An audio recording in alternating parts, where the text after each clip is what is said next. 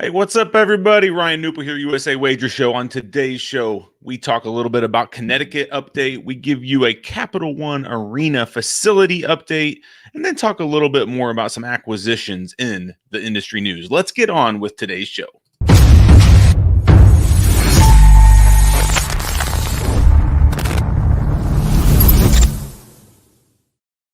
All right, welcome back, everybody. Ryan Newpel here on Wednesday, May 26th. Hey, speaking of Wednesday, let's have a little fun with this Wednesday before we get started. Thanks to Geico.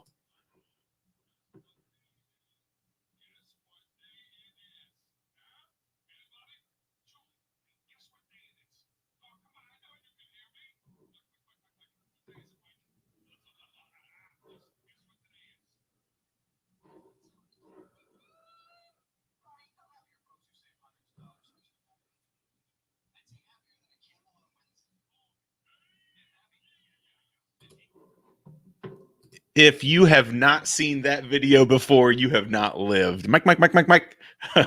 Great stuff. Welcome to Wednesday. It is Hump Day. It is May 25th. Welcome to the USA Wager Show.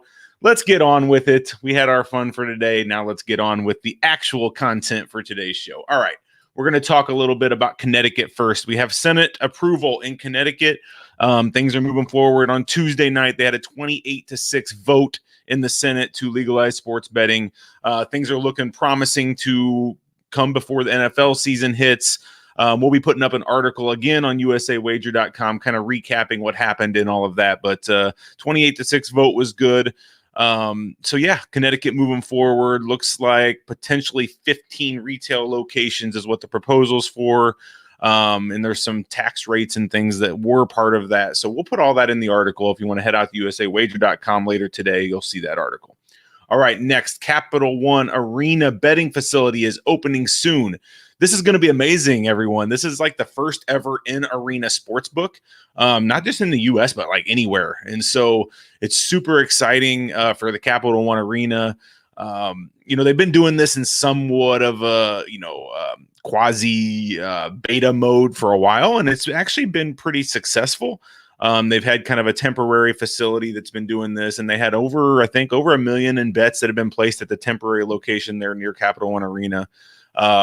Average bet size of 94. I have some stats here on that, but we're going to do an article on this as well. But this is going to be awesome. A great sports book venue right there at Capital One Arena. It's going to be more than just sports betting, going to be more entertainment, right? Food, drinks, entertainment, betting.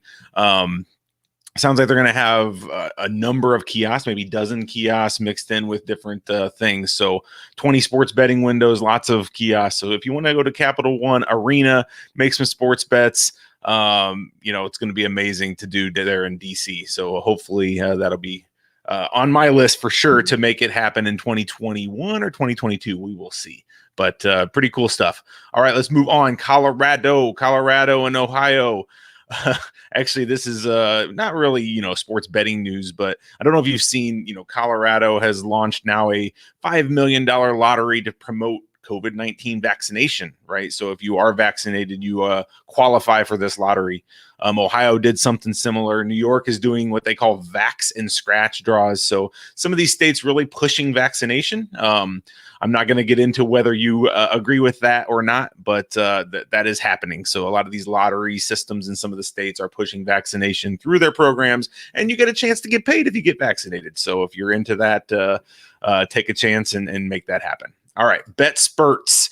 BetSperts, my friends at BetSperts, I'm good friends with the guys over there, have some big news. Acquisition of Fantasy Life app. So congrats to BetSperts acquiring the Fantasy Life app in an all-stock transaction.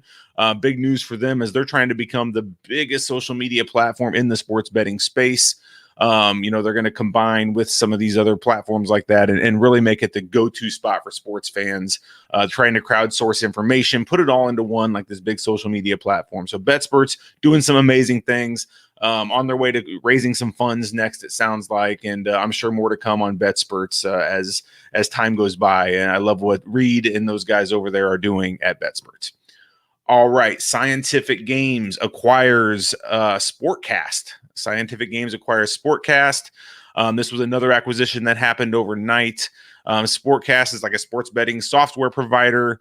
Encompasses outright betting. They have a product called Bet Builder, is what they have. And so Scientific Games is going to add that into their open sports product suite, the Bet Builder product. So congrats to both parties there, Scientific Games and SportCast, on that acquisition. I'm sure more to come, as SportCast and Scientific Games continue to put so much emphasis on this in-play betting and pre-match betting and all of the above, they continue to enhance and make things better in that space. And so it's exciting to see the innovation that Scientific Games is really making happen in this space. So congrats to them. ASX distribution agreement. We talked about ASX, American Sports Exchange. We talked about them on a few shows, I think, last week. But they have signed a distribution agreement with Fortune Entertainment Group. So, the ASX is kind of a player team stock exchange. They're partnering up with this big digital distribution chain, Fortune Entertainment Group, to try to reach over 90 million digital users in the USA. So congrats to both of them. This is not really US related news, but there's been rumors floating around in some articles that I saw about Japan legalizing sports betting. So, hey, any of you interested in the Japanese market? Any of you that are, interested in that spot? It's potential. It sounds like the Japan government and people over in Japan are hitting a little bit of rough spots since the COVID-19 pandemic, and they're looking to increase revenue as any economy would. And so they're looking to boost that possibly with the legalization of sports betting. So I think the estimates that I've read is like upwards of 60 billion a year that could happen in Japan. So we think the US is big. Japan could be big as well. All right. Crypto coming to stadiums. I read an article. This isn't really sports betting related either, but I read an article about the Brooklyn Nets potentially integrating crypto as some sort of payment in their facilities. So it just kind of opened my eyes to what could happen here in the near future. If these facilities start taking crypto for concessions and tickets and things of that nature, we're going to start seeing these e-wallets and these crypto wallets become even more of a thing in not only the sports betting industry, but just the sports business area as well. So I'm excited to see where that goes. I'm a huge advocate of crypto. I think it's here to stay. Which crypto coins are going to be, is it Bitcoin? Is it XRP? What is it? I think there's going to be a number of winners out of that, but I think there's going to be a number of losers as well, a larger number of losers than winners.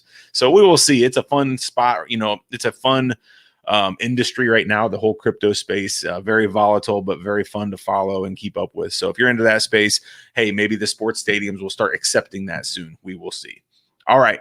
That is about all I have for you today. Do not forget, I like to mention this a couple times a week, some of the events coming up. FSGA Live coming up in June 7th. SBC Digital North America, June 9th and 10th.